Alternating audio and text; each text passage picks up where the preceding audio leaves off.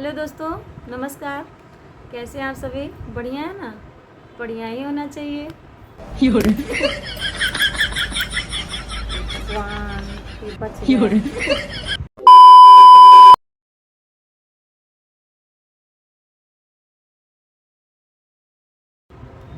，Hello दोस्तों, जय श्री राम। कैसे हैं आप सभी? आशा करती हूँ कि आप लोग भी अच्छे होंगे और गर्मियों के मज़े ले रहे होंगे। क्या भीषण गर्मी है, जीना हराम हो गया है गर्मी में। लेकिन जीना तो है, मौसम है, मौसम का चक्र भी तो चलता है, तो आज बदल जाता है। कभी जाड़ा लगेगा, बहुत इतनी ज़्यादा ठंडी लगेगी कि आपका जीना दुश्वार हो जाएगा, पानी बर्फ़ की तरह हो जाएगा, कुड़कुड़ाते हुए रहेंगे आप लोग। और गर्मी पड़ेगी तो इतना गर्मी पड़ेगा कि कपड़ा भी शरीर पे बर्दाश्त नहीं होता है। हाँ, पसीना से अभी खाना बनाने जाना है, हालत ख़राब है। खाना बनाने जाएंगे किचन में, तर तर तर तर पसीना चूता रहता है, लेकिन काम तो करना है। काम करना नहीं है, काम करेंगे नहीं तो खाएंगे कहाँ से? खाना तो है ही, पेट भगवान दिए हैं तो भोजन तो ज़रूर करना है। तो दोस्तों आगे बढ़ते हैं कि आज हम बताने जा रहे हैं कि हमारे जो मर्यादा पुरुषोत्तम श्री रामचंद्र जी हैं, आज मैं उनके बारे में कुछ बताना चाह रही हूँ। अगर आप हिंदू हैं, राम के भक्त हैं, तो इस वीडियो को ज़रूर लाइक करेंगे और मुझे कमेंट में ज़रूर बताइएगा, जय श्री राम ज़रूर लिख दीजिएगा। आज भगवान श्री राम के बारे में मैं बताने जा रही हूँ कि श्री रामचंद्र जी का जीवन भी जो है बहुत कठिनाइयों के साथ गुजरा। बहुत ही उनके जीवन में संघर्ष करना पड़ा।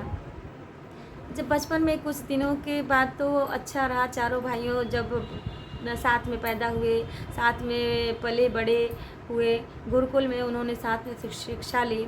उसके बाद जब वो शिक्षा लेने के बाद दोनों चारों भाइयों का एक साथ विवाह हुआ। विवाह होने के कुछ ही दिनों के पश्चात जब उनको राजा बनने का टाइम आता है, राजगद्दी मिलना होता है, तो उनकी माता जी को अपना वचन याद आ जाता है, माता कैकेयी जी को। तो वो राजा दशरथ से अपना वचन मांग लेती हैं। वचन में क्या मांगती हैं कि उनके जो कलेजे के टुकड़े होते हैं, श्री राम चंद्र जी जो हैं, उनको सबके कलेजे के टुकड़े थे, मतलब सभी उनसे प्यार करते थे और राजा दशरथ की तो जान ही थे वो। तो जब उनको वनवास दे दिए तो राजा दशरथ जी उन्हीं के वियोग में अपने प्राण त्याग दिए। पिता के उधर ये वनवास जाते हैं, उधर पिता का देहांत हो जाता है। ये खबर सुनकर भी मर्यादा पुरुषोत्तम श्री रामचंद्र जी ने अपना पैर पीछे नहीं किए और अपने 14 वर्ष के बन जाने वाला जो वचन था उसको बखूबी निभाया उन्होंने, क्योंकि उन्होंने वचन दिया था।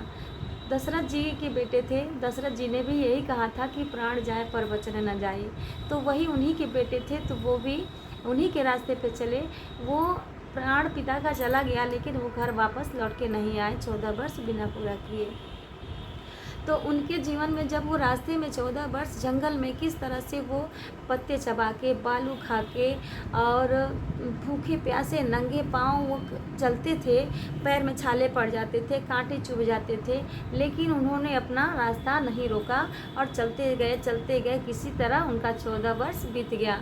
14 वर्ष के बीचों में कितने राक्षसों का सामना पड़ा, कितने लोगों का रास्ते में कंकड़ पत्थर जो भी आए, जितने भी राक्षस लोग आए, उनका उद्धार उन्हीं के हाथों हुआ। उन्होंने ही सबका उद्धार किया और वो अपने मंजिल पर पहुँचते गए। एक दिन रावण का वध करके वो अयोध्या फिर वापस आ गए। मैं इतने में ही आपको पूरी रामायण की कथा सुना रही हूँ। तो जब वो अयोध्या वापस आते हैं, फिर भी उनके जीवन में देखिए सुख नहीं लिखा है। तो जब वो वापस आते हैं तो क्या कहते हैं कि कुछ दिनों तक वो बहुत अच्छा चलता है, चारों भाई आपस में मिलते जुलते हैं, राजपाट अच्छे से चलने लगता है। लेकिन एक धोबी रहता है, उसी के कहने पर वो सीता जी का परित्याग कर देते हैं। कि वो धोबी अगर कह दिया कि हाँ सीता जी अपवित्र हैं और उनको रामचंद्र जी के लायक वो नहीं है। यही बातें, अब देखिए, अच्छी बातें जो है वो नहीं फैलती हैं, लेकिन बुरी बातें, समाज है ये दुनिया है, बुरी बातें जो है एकदम हवा की तरह, धुआं की तरह फैलता है और वो सभी लोग जान जाते हैं। तो ये बातें राजा रामचंद्र जी के कानों में पहुंच जाती है और वो टेंशन में रहते हैं। और फिर एक दिन आते हैं, क्या करते हैं, अपनी सीता का परित्याग कर देते हैं। परित्याग तो करते हैं, लेकिन बहुत ही कलेजे पे पत्थर रख के, क्योंकि समाज उनको जीने नहीं देगा। समाज के, क्योंकि वो मर्यादा पुरुषोत्तम थे, वो अपना अपमान नहीं समझ सकते थे। देश की प्रजा के लिए, अपने राज्य की प्रजा के लिए वो कुछ भी करने को तैयार थे। तो देखिए, एक वो, लेकिन सीता मैया एकदम पवित्र थी और वो हंसी खुशी से अपना राज्य छोड़ के चली गई। उनके भी जीवन में देखिए, वो गई जंगल में, वहाँ वशिष्ठ मुनि के आश्रम में रहती थी, लेकिन वो भी अपने हाथ से बनाती थी, कूटती थी, धान कूटती थी, गेहूँ पीसती थी चक्की से, पानी भर के लाती थी, चूल्हे पे खाना बनाती थी। ये सारा काम सीता मैया भी अपने हाथ से करती थी। तो उनके जीवन में कभी सुख नहीं आया, रामचंद्र जी के जीवन में भी कभी सुख नहीं आया। तो हम लोग तो आम इंसान हैं, और हम लोग भी जब सीता मैया को नहीं छोड़ा गया, उनको लांछन लगने से और उनको भला बुरा कहने से, तो हम लोग तो आम इंसान हैं। हम लोगों के ऊपर भी बहुत सारे कीचड़ उछलते हैं, बहुत सारे हम लोगों के कहने वाले आगे पीछे तैयार रहेंगे, तो ऐसा करती है, वैसा करती है। तो क्या इसकी वजह से हम जीना छोड़ देंगे? बिल्कुल नहीं। हमको जीना है, इस दुनिया में आए हैं तो हमको जीना है। किसके लिए? अपने लिए, अपने बच्चों के लिए। तो हम क्यों दूसरे की परवाह करने जाएं? हम कोई गलत नहीं कर रहे हैं, हम अच्छा कर रहे हैं, हम अपने समझ से अच्छा कर रहे हैं। और अगर यही सीता मैया भी सोची होती कि दुनिया मुझे क्या कर रही है, तो वो घर छोड़, मुझे क्या कहेगी, तो वो घर छोड़ के नहीं जाती। रामचंद्र जी भी यही सोचते कि वो अगर वो कहा कि धोबी ऐसा कह रहा है, वैसा कह रहा है, तो ये देखिए, ये दुनिया है, आपके पीछे दुनिया, भगवान को भी लोग गाली देते हैं, हम तो आम इंसान हैं। तो इसलिए अगर आप लोग भी अपने भविष्य पे ध्यान दीजिए, दुनिया की परवाह न करते हुए। लोग क्या कहते हैं, एक कान से सुनिए, दूसरे कान से निकाल दीजिए और अपने मंजिल पे ध्यान दीजिए। तभी एक दिन आपको सफलता मिलेगी और आप दुनिया में अच्छे से जी पाएंगे। अपने सारे कर्मों के, अच्छे कर्मों के साथ अपनी इस दुनिया में आए हैं, तो अच्छा नाम रोशन करके जाइए।